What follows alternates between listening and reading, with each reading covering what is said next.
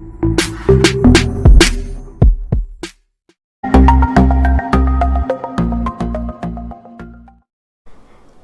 అండి, ఎలా ఉన్నారు అందరూ? బాగున్నారా? నేనైతే బాగున్నానండి. మీ అందరికీ అమ్మవారి ఆశీస్సులు ఎల్లప్పుడూ ఉండాలని కోరుకుంటూ మనకి వినాయక చవితి రాబోతుంది.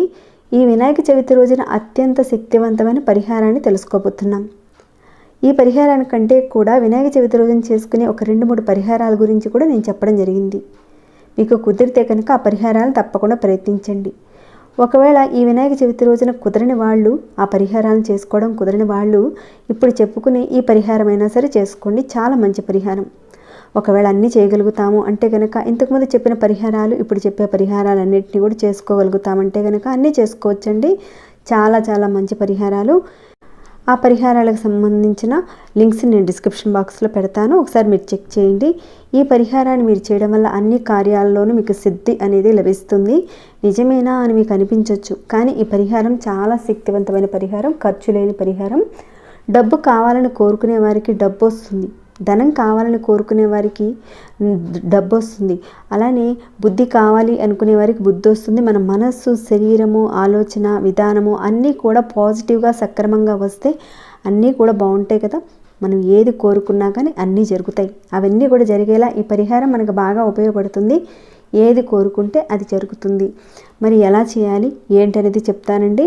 అంతకన్నా ముందు ఒక చిన్న రిక్వెస్టు, సంవత్సరానికి ఒక్కసారే కదండి వినాయక చవితి వస్తుంది. కాబట్టి మీకనే కాకుండా 10 మందికి ఉపయోగపడేలా ఈ వీడియోని షేర్ చేయండి.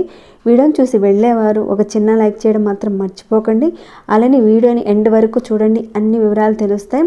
సబ్స్క్రైబ్ కానివారు కొత్త వారు వచ్చి చూస్తుంటే మన ఛానల్లో అనేక రకాలైన సమస్యలకు తగ్గ పూజలు, పరిహారాలు ఉన్నాయి. మీరు ఒకసారి ఛానల్లోకి వెళ్ళండి. మీ సమస్యకు తగ్గ ఏది మీరు చేయగలుగుతారో దానిని ఎంచుకుని ప్రయత్నం చేయండి. మీకు వచ్చిన మార్పుని, రిజల్ట్ని నాతో షేర్ చేసుకోండి. అలానే మన ఛానల్కి సబ్స్క్రైబ్ కండి, బెల్ బటన్ ప్రెస్ చేయండి, అలానే నోటిఫికేషన్ని తప్పకుండా ఆన్లో పెట్టుకోండి. ఓకేనండి, ఇక మన వీడియో మాటకు వెళతాము. ఈ వినాయక చవితి రోజున ఈ చిన్న పరిహారం మీరు చేయడం వల్ల ఏ రకంగా ఫలితం వస్తుంది అనేది చెప్తానండి. పరిహారం చాలా ఈజీగా ఉంటుంది. మీరు అన్ని రోజుల్లో మీరు పూజలు చేయలేకపోయినా పర్వాలేదు, కానీ వినాయక చవితి ఒక్క రోజున కనుక ఈ పరిహారం చేసుకుంటే చాలండి, చాలా విశేషమైన ఫలితం వస్తుంది. నవనిధులు ప్రాప్తిస్తాయి, అష్టసిద్ధులు ప్రాప్తిస్తాయి. ధనానికి సంబంధించి, వివాహానికి సంబంధించి, ఉద్యోగానికి సంబంధించి ఆటంకాలు ఏవైతే ఉన్నాయో, వ్యాపారానికి సంబంధించిన ఆటంకాలన్నీ కూడా తొలగిపోయే మార్గాలు మీకు తెలుస్తాయి. అయితే ఆ రోజున మీరు ఏం చేస్తారంటే, ఈ పరిహారం చేసే రోజున, వినాయక చవితి రోజున చక్కగా ఉదయాన్నే లేకండి, సూర్యోదయానికి ముందుగా చక్కగా లేకండి, లేచిన తర్వాత స్నానం చేయండి. ఎప్పుడైనా వినాయక చవితి రోజున ప్రతి ఒక్కరూ కూడా ఉదయాన్నే లేచి తలస్నానం చేస్తారు. మీకు ఓపిక ఉంటే తలస్నానం చేయండి. ఒకవేళ మీకు ఓపిక లేదా మామూలు స్నానం చేసుకోవచ్చు. స్నానం చేసిన తర్వాత తప్పకుండా మీరు ఈ వినాయక చవితి రోజున ఎరుపు రంగు వస్త్రాలను ధరించండి. లేదా మీ దగ్గర కాషాయ వస్త్రమైనా పర్వాలేదు, దాన్నైనా సరే వేసుకోండి. అది కూడా లేదండి అంటారా, గ్రీన్ కలర్ వస్త్రాలైనా సరే వేసుకోండి, లేదా పసుపు కలర్ వస్త్రాలైనా సరే వేసుకోవచ్చు. ఇప్పుడు చెప్పుకున్న ఈ 3 కలర్స్లో నుంచి ఒక కలర్ లేకపోయినా సరే ఒకటైనా సరే మీ దగ్గర ఉండొచ్చు కదండి, ఉంటుందనుకుంటున్నాను. నలుపు కలర్ కాకుండా ఆకుపచ్చ రంగు బట్టలు కానీ, పసుపు రంగు కానీ, కాషాయం కానీ, ఎరుపు రంగు బట్టలు కానీ ఏవైనా సరే కట్టుకోండి ఆ రోజున. తర్వాత మీరు ఒక కాపర్ గ్లాస్ తీసుకోండి, చెంబు కానీ గ్లాస్ కానీ కాపర్ది తీసుకోండి. దానిలో నీళ్లు తీసుకొని ముందుగా మీరు సూర్య భగవానుడికి అర్ఘ్యం ఇవ్వండి. ఇప్పుడు మీరు ఒక చిన్న మంత్రాన్ని మనసులో తలుచుకొని కోరిక చెప్పుకోండి. ఆ మంత్రాన్ని స్క్రీన్పై ఇస్తానండి, తప్పకుండా చదవండి. ఈ మంత్రాన్ని ఒక 2 నిమిషాల పాటు తప్పకుండా చదవండి. నీళ్లు పడకుండా ఒక గిన్నె కానీ ఏదైనా ఒక చిన్న బకెట్ కానీ పెట్టుకొని చేయండి.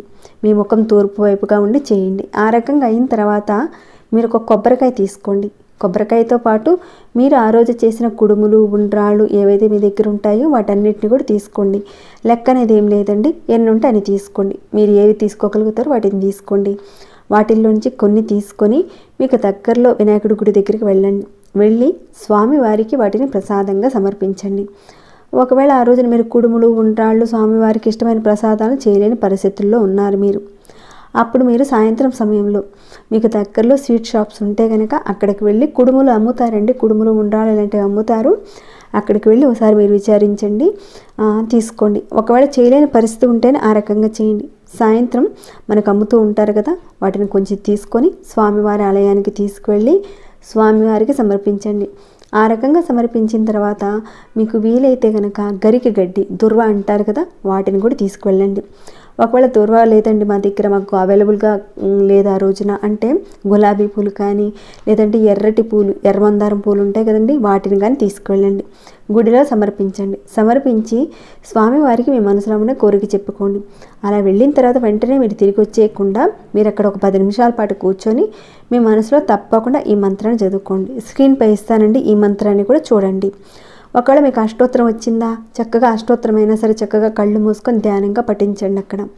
ఇది చాలా సింపుల్ అయిన పరిహారం అండి. ఈ పరిహారాన్ని మీరు ఈ వినాయక చవితి రోజున తప్పకుండా చేయండి. సాయంత్రమైనా చేయొచ్చు, ఉదయమైనా చేయొచ్చు. మీకు వీలైతే కొబ్బరికాయ అలానే గరిక గడ్డి, ఒకవేళ లేదంటే గులాబీ పూలతో పాటు స్వామివారి ప్రసాదాన్ని తీసుకువెళ్ళి ఆలయంలో సమర్పించండి. సమర్పించి ఒక 10 నిమిషాలు అక్కడ కూర్చొని తప్పకుండా ఆయన యొక్క నామాన్ని జపించండి. చాలా సింపుల్ పరిహారం అండి, ప్రతి ఒక్కరు కూడా చేసుకోగలిగే పరిహారం ఇది. ఆ రకంగా చెప్పిన తర్వాత మీరు తిరిగి ఇంటికి వచ్చేటప్పుడు స్వామివారి దగ్గర నుంచొని మీ 2 చెవులు పట్టుకొని గుంజిళ్ళు తీసుకోండి. అంటే పూర్తిగా తీయాల్సిన అవసరం లేదు, మామూలుగా అలా పట్టుకొని 1 నిమిషం కానీ లేదంటే ఒక 1/2 నిమిషం అయినా సరే కాస్త అలా చేయండి, గుంజిళ్ళు తీయండి. నేను చేసినవి ఏవైనా ఉంటే గనక తప్పులు క్షమించు స్వామి అని చెప్పి క్షమాపణ చెప్పుకొని విఘ్నాలు జరగకుండా ఉండాలి, ఆటంకాలు రాకుండా ఉండాలి, ఈ సంవత్సరం మొత్తం కూడా బాగుండాలి అని మనసులో బలంగా సంకల్పించుకోండి. ఒకవేళ మీకు గరిక గడ్డి దొరకకపోయినా కానీ చెరుకు గడ్డి దొరికినా పర్వాలేదు, పెట్టొచ్చండి. ఒకవేళ మీకు గుడికి వెళ్ళే అవకాశం కూడా లేదు, అప్పుడు ఏం చేస్తారంటే మీరు ఉదయం పూట సూర్య భగవానుడికి అర్ఘ్యం ఇచ్చిన తర్వాత మీ పూజా మందిరంలో కానీ లేదంటే వినాయకుడి విగ్రహాన్ని కానీ తీసుకొని ప్రతిష్ఠించుకుని పూజ చేసుకుంటారు కదండి, అక్కడైనా సరే మీరు ఆవు నేతితో వెండి ప్రమిదలు ఉంటే కనుక వెండి ప్రమిదల్లో గణపతి దగ్గర దీపారాధన చేసుకోండి. చేసుకొని మీ మనసులో ఉన్న అన్ని కార్యాలు సిద్ధించాలని కోరుకోండి. ఇక మీ దగ్గర గులాబీ పూలు ఉంటే కనుక ఆయన దగ్గర పెట్టండి. తర్వాత మనసులో అన్ని కార్యాలు సిద్ధించాలని కోరుకొని ఆ తర్వాత మీరు దీపారాధన చేసిన తర్వాత నైవేద్యంగా మీరు కుడుములు ఉండ్రాళ్ళు వాటిని పెట్టుకోవచ్చు. అది కూడా అందుబాటులో లేవండి, మాకు చేసే ఓపిక లేదు అలా ఉంది అంటారా, ఏదైనా చెరకు రసం తీసే బండి ఉంటుంది చూడండి ఒకసారి మీకు దగ్గరలో, ఆ బండి దగ్గరికి వెళ్ళి చెరక గడనైనా సరే మీరు ముందు రోజే తెచ్చుకొని వినాయక చవితి రోజున పూజా సమయంలోనైనా సరే స్వామివారికి సమర్పించండి. సమర్పించి మనస్ఫూర్తిగా స్వామివారి నామాన్ని ఒక 10 నిమిషాల పాటు మీ మొహం తూర్పు వైపుగా పెట్టి స్వామివారి ఎదురుగుండా కూర్చొని పఠించండి. ఆవు నేతితో దీపారాధన చేసి మీరు ఏది కోరుకుంటారో సకల కోరికలు సిద్ధించాలని కోరుకోండి. మీరు ప్రతిరోజు పూజ చేయకపోయినా రేపు మాత్రం ఖచ్చితంగా ఈ రకంగా చేయండి. ఈ పరిహారాన్ని ఎరుపు పూలు కానీ గరిక గడ్డని కానీ సమర్పించి మీరు చేసినట్లయితే మీకు అష్టనిధులు నవనిధులు అన్ని కార్యాలు సిద్ధిస్తాయి. ఒకవేళ మీరు విగ్రహం పెట్టుకున్నారు ఈ వినాయక చవితి రోజున అక్కడైనా చేసుకోవచ్చు ఈ పరిహారాన్ని.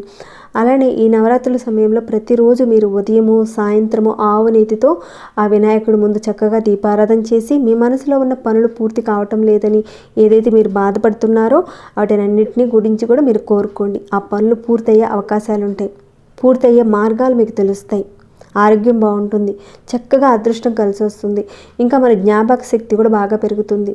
చూసుకుంటే కనుక పెద్ద కష్టమైన పరిహారం కాదు కదండి, చేసుకోవచ్చు. మీకు వీలుంటే గుడికి వెళ్ళి కూడా చక్కగా చేసుకోవచ్చు. సులువైన పరిహారం అండి. తప్పకుండా ఈ వినాయక చవితి రోజున మాత్రం చేసుకోవడం మర్చిపోవద్దు. అలానే ఈ పరిహారం వినాయక చవితి ఒక్కరోజు మాత్రమే చేసుకునేది కాబట్టి ఈ వీడియోని ఎంతమందికి అయితే అంతమందికి ఒక చిన్న హెల్ప్తో షేర్ చేయండి.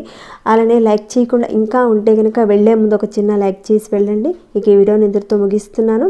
ఇంకేమైనా డౌట్స్ ఉంటే అడగండి, తప్పకుండా రిప్లై ఇస్తాను. సబ్స్క్రైబ్ కాని వారు సబ్స్క్రైబ్ చేసుకోండి. ప్రతిరోజు మన ఛానల్లో ఉన్న వీడియోస్ని చూస్తూ ఉండండి. మరొక భక్తి వీడియోలో మళ్ళీ మిమ్మల్ని కలుసుకుంటాను. అంతవరకు సెలవు.